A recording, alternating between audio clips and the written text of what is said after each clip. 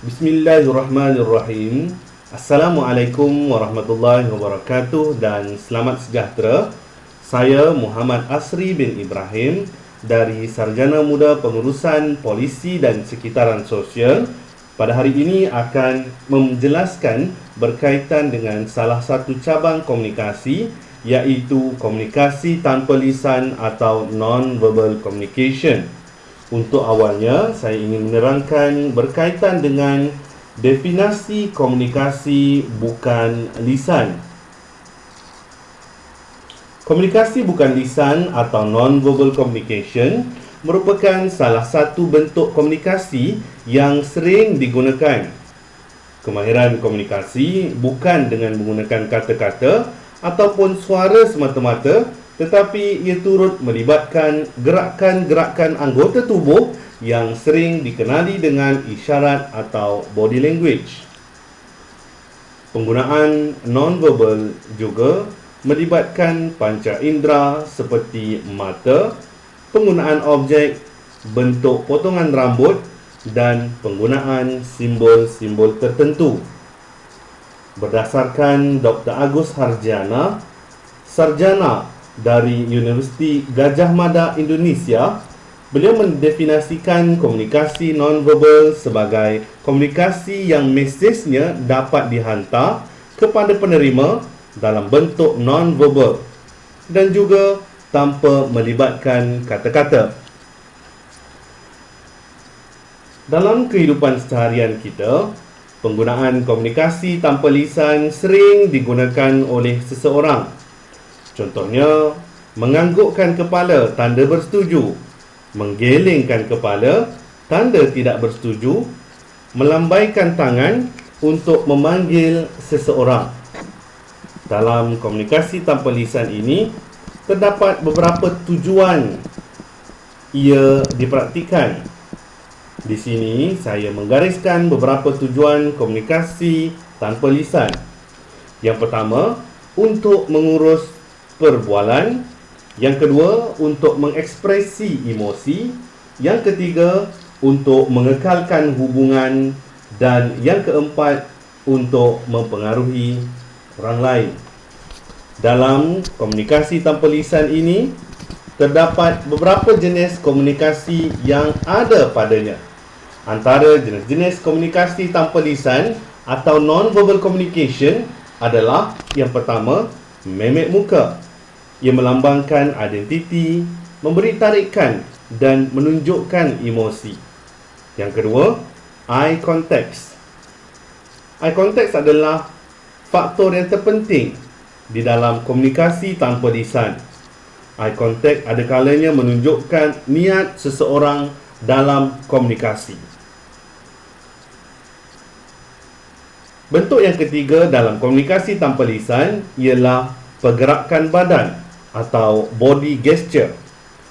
Body gesture terbahagi kepada 5 elemen yang penting, iaitu emblems, illustrators, effect display, regulators dan adapters.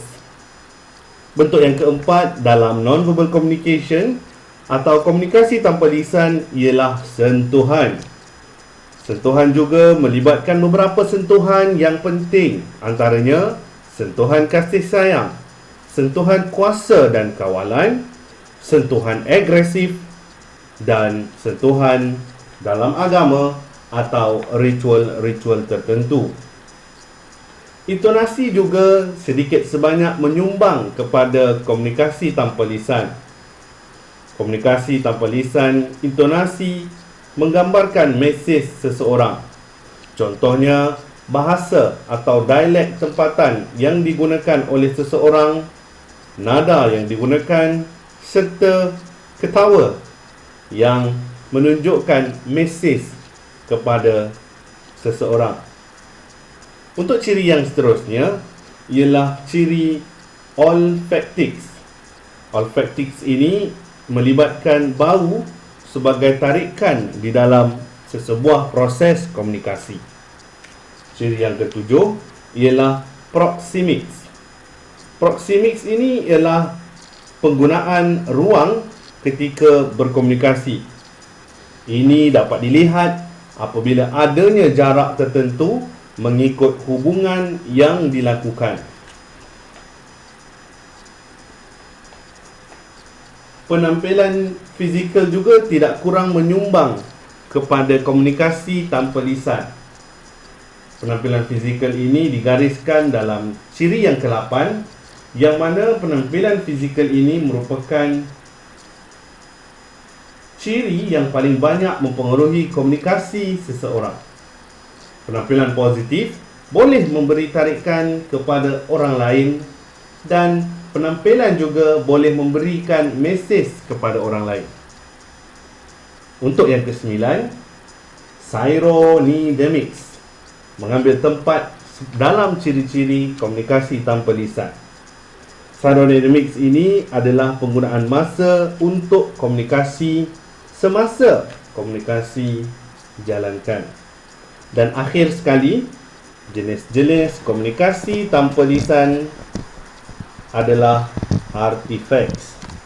Artifacts adalah bahan yang seseorang bawa atau aksesori yang ada pada diri seseorang yang boleh memberi kesan kepada penampilan seseorang. Contohnya, seorang anggota polis yang menggunakan pakaian seragam. Ini menunjukkan berdasarkan pakaian ataupun penampilan ataupun aksesori yang digunakan, menunjukkan ia merupakan seorang anggota keselamatan. Dalam komunikasi tanpa lisan ini, beberapa kemahiran komunikasi harus dipertingkatkan. Berikut merupakan beberapa tips yang boleh digunakan untuk meningkatkan kemahiran komunikasi tanpa lisan atau non-verbal communication. Antara langkah yang boleh diambil untuk meningkatkan komunikasi tanpa lisan, yang pertama ialah seseorang itu perlu mempunyai latihan yang cukup untuk mempertingkatkan diri mereka atau diri seseorang itu di dalam kemahiran komunikasi tanpa lisan. Pengguna komunikasi tanpa lisan atau non-verbal communication perlu sensitif apabila komunikasi tanpa lisan digunakan semasa komunikasi dijalankan. Dan pentafsiran komunikasi tanpa lisan yang jelas bagi mengelakkan konflik besar berlaku semasa komunikasi tanpa lisan digunakan.